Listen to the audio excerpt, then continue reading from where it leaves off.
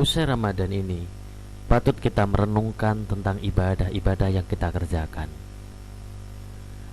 Apakah ibadah yang kita lakukan selama Ramadan itu berbuah ataukah tidak? Memiliki dampak atau memiliki jejak atau tidak? Ibarat seorang petani yang menanam padi, bila tanaman padinya tak berbiji, tak bisa diharapkan panennya, maka apa yang akan dilakukan oleh seorang petani? Tentu petani itu akan membabat atau memotong-motong tanamannya itu, bahkan akan merombak kembali tanamannya untuk ditanam tanaman yang baru, sehingga ia bisa memperoleh tanaman yang normal kembali dan bisa panen yang berlimpah. Pun halnya dengan ibadah yang kita lakukan, sudahkah berbuah?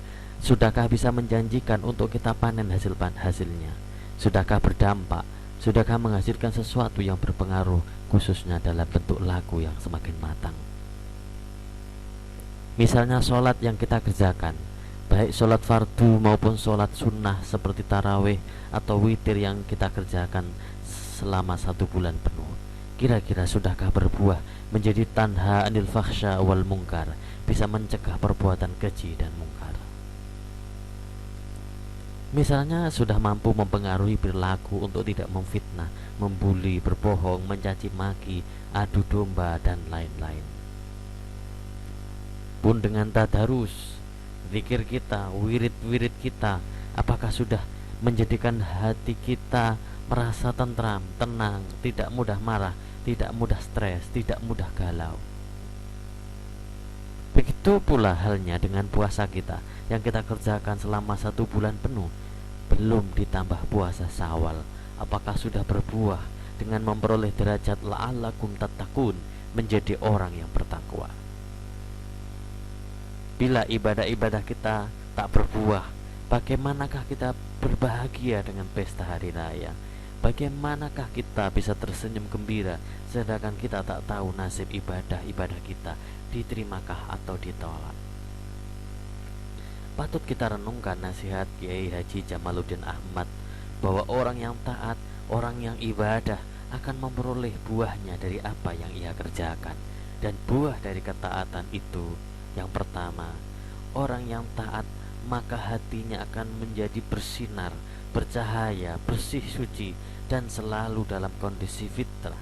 Hatinya pun benar-benar fitri di hari raya fitri.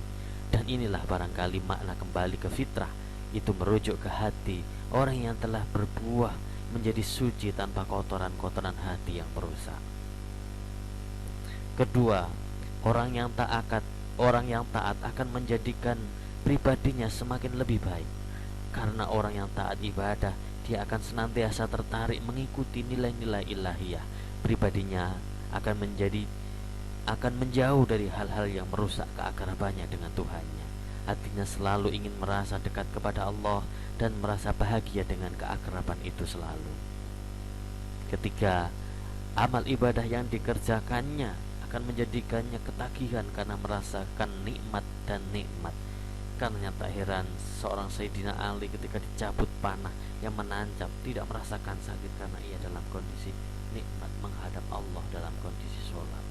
Pun cerita-cerita seorang wali bisa sholat ribuan kali karena ia merasakan nikmat dengan ibadah itu. Dia selalu rindu untuk berasymasyur dengan Tuhannya. Bila ibadah kita tak berbuah, adakah yang salah dengan ibadah kita? Atau jangan-jangan ada yang salah dengan niat kita? Kadang kita masih suka barter dengan